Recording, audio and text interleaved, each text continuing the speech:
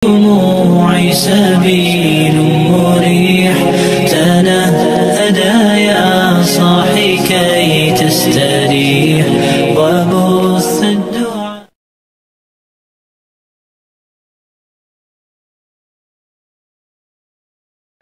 Assalamualaikum warahmatullahi wabarakatuh.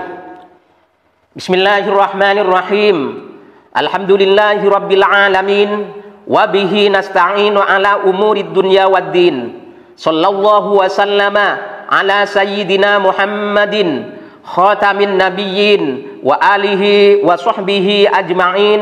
Wa la hawla wa la quwwata illa billahil aliyyil azim. Amma ba'du. Saudara-saudaraku kaum muslimin wal muslimat, warga Muhammadiyah, warga Jamaah Tabligh, Nahdiyin wan Nahdiyat, dan yang lain-lain dari kalangan aswajah Ahlus Sunnah wal Jamaah. Semoga kita semua selalu mendapatkan siraman rahmat dari Allah Subhanahu wa ta'ala. Amin amin ya rabbal alamin. Ini ada fitnah dan musibah besar lagi bagi umat Islam.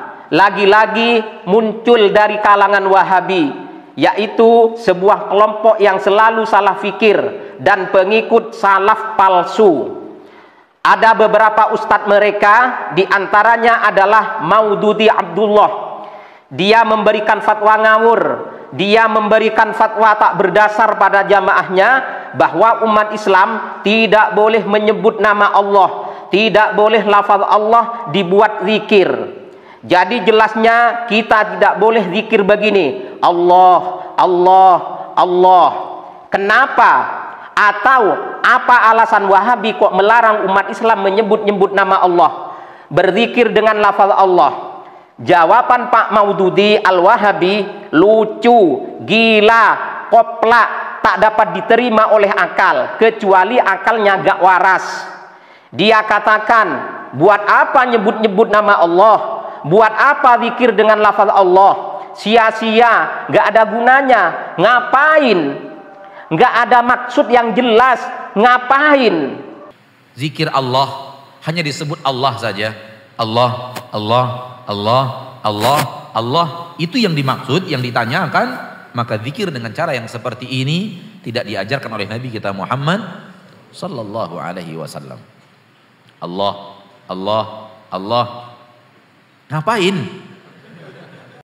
Ya Allah, lucu banget Pak Dud. Itu kan hanya katamu Pak Dudi. Dikarenakan otakmu sempit, wawasanmu sempit, analisamu sempit. Karena kamu sudah dicuci otak juga dulu di Timur Tengah.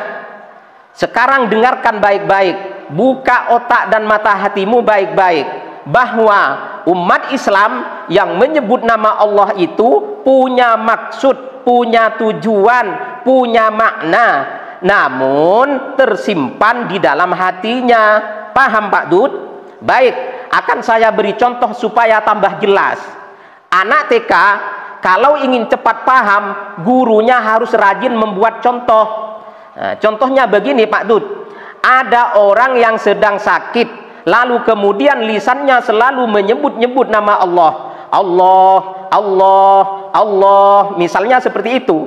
Itu artinya sedang memohon kepada Allah Subhanahu wa ta'ala supaya penyakitnya segera disembuhkan, karena sudah tidak tahan lagi menahan rasa sakit seperti itu. Ini lagi Pak Dud, Wahabi. Dulu di masa penjajahan Belanda dan Jepang, para pejuang muslim Indonesia dan para ulama, para kiai, para ustadz, para santri, hari-harinya siang dan malam, pagi, sore, bahkan setiap saat, bibir mereka selalu basah dengan sebutan Allah, Allah, Allah. Seandainya Pak Dudi Al-Wahabi hidup pada masa itu, apakah Pak Dudi akan mendatangi mereka lalu bertanya, ngapain sebut-sebut Allah? Ngapain zikir dengan lafaz Allah? Astaghfirullahaladzim. Ayo Wahabi, mikir, mikir dan mikir. Gunakan akal sehat biar nggak jadi salafi salah fikir. Adapun makna dan maksud daripada mereka menyebut nama Allah, berzikir dengan kalimat Allah banyak sekali, di antaranya adalah agar supaya mereka bangsa Indonesia diberikan ketabahan dan kesabaran, agar supaya diberikan kekuatan lahir dan batin, agar supaya segera diberi kemenangan hingga Belanda dan Jepang segera hengkang dari bumi Nusantara, pulang dengan tangan hampa ke negaranya masing-masing, dan akhirnya dikabulkan oleh Allah Subhanahu wa taala dengan barokahnya zikir kalimat Allah dan zikir-zikir yang lain tentunya, serta kegigihan para pejuang bangsa Indonesia merdeka.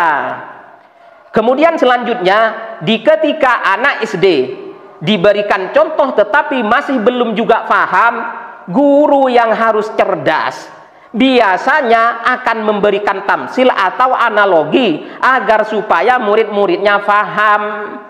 Baik, kali ini saya akan memberikan analogi pada Pak Maududi dan Wahabi-Wahabi yang lain, bahwa di dalam bahasa Indonesia pun boleh dan sah menggunakan satu kata saja tanpa digabung dengan kalimat atau kata-kata yang lain. Seperti ada seorang laki-laki bernama Kais, punya kekasih dambaan hati yang sangat dicintai dan yang sangat dirindukan, namanya adalah Laila.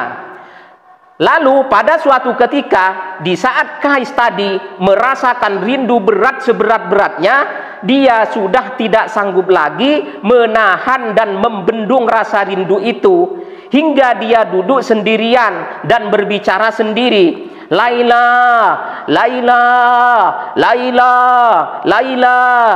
Nah, pertanyaan saya adalah, seandainya sampian Pak Dud merupakan tetangga sebelahnya Kais, apakah sampean akan menemui si Kais tadi dengan marah-marah, matanya melotot-melotot, lirik kanan, lirik kiri, mendelak-mendelik, lalu ngomong, loh ngapain kamu sebut-sebut Laila tanpa digabungkan dengan kalimat lain? Itu gak jelas artinya, itu gak jelas maksudnya.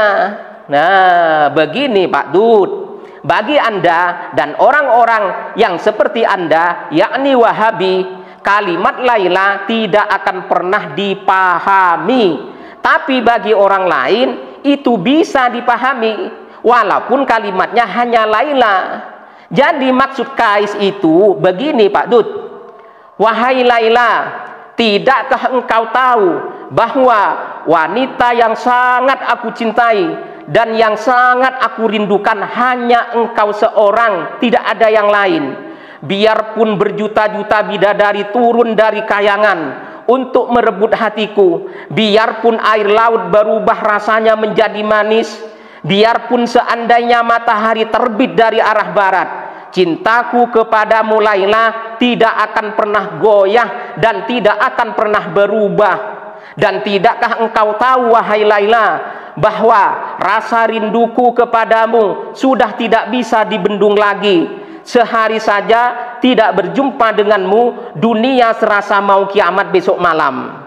Seperti itu kira-kira makna yang terkandung dalam kalimat Laila itu Pak Dud.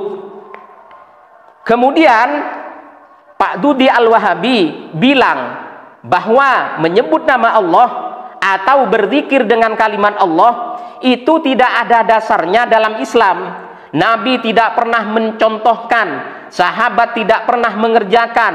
Apa benar demikian? Jawabnya adalah jelas tidak benar. Itu omong kosong, sampah yang memang harus dicampakkan. Itu kebiasaan Wahabi, belum belajar, belum baca kitab, belum baca, belum mencari referensi, sudah berani nekat berfatwa.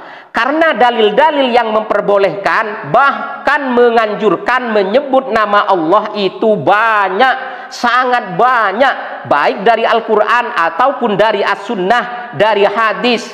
Saya hadirkan satu saja ya, untuk menjaga durasi, yaitu sebuah hadis yang diriwayatkan oleh Imam Muslim dalam kitabnya Sahih Muslim. Haddatsani Zuhair bin Hazbin, haddatsana Affan, haddatsana Hammad, akhbarana Sabit an Anas anna Rasulullah sallallahu alaihi wasallam qala la taqumus sa'atu hatta la yuqalah fil ardi Allah Allah. Ruwahu Muslim. Nabi Muhammad sallallahu alaihi wasallam bersabda, kiamat itu tidak akan pernah terjadi kecuali yakni terjadi apabila di muka bumi ini sudah tidak ada lagi, sudah tidak ditemukan lagi orang yang menyebut-nyebut nama Allah, orang yang berzikir Allah Allah Allah. Nah, bagaimana Dud? Kok sampian bilang gak ada dasarnya dalam Islam? Ini yang saya sebutkan ini hanya satu riwayat, belum di riwayat yang lain, belum di dalam Al-Quran. Ini Dud, justru yang berbahaya jikalau tidak ada orang yang berzikir dengan kalimat Allah. Sudah jelas apa yang disampaikan Nabi Muhammad SAW tadi, akan segera terjadi kiamat. Lalu kenapa engkau dan teman-temanmu Wahabi melarangnya? Ya Allah, jika demikian, mari kita bersama-sama berdoa kepada Allah Subhanahu wa Ta'ala agar supaya Wahabi segera dilenyapkan dari muka bumi ini, agar supaya kiamat tidak segera terjadi. Amin amin ya rabbal alamin. Wallahu huwal muwaffiq ila aqwamit thoriq wal afu minkum. Assalamu alaikum warahmatullahi wabarakatuh.